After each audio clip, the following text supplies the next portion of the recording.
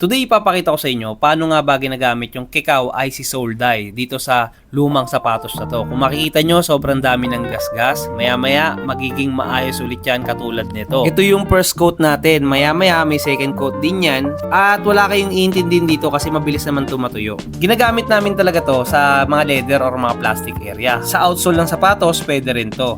Ina-advise namin na mabuting lagyan nyo pa rin ng mga leather conditioner, leather cream, yung mga sapatos nyo after nyo gamitan ito. Yung iba kasi nagre-rely na lang sa pagpipinta at pagre-restore ng mga sapatos. Kaya nga may mga shoe care para i-maintain yung mga sapatos ninyo. Lastly pala guys, pwede nyo lagyan to ng finisher sa ibabaw para makapili kayo kung gusto nyo ng gloss, semi-gloss, or matte yung finish ng mga sapatos ninyo. Pero we highly advise na gloss na lang ang gamitin nyo, especially sa mga leather na katulad nito. Ayan, makita mo na yung difference yan mula nung kanina tsaka ngayon na nagawa na natin.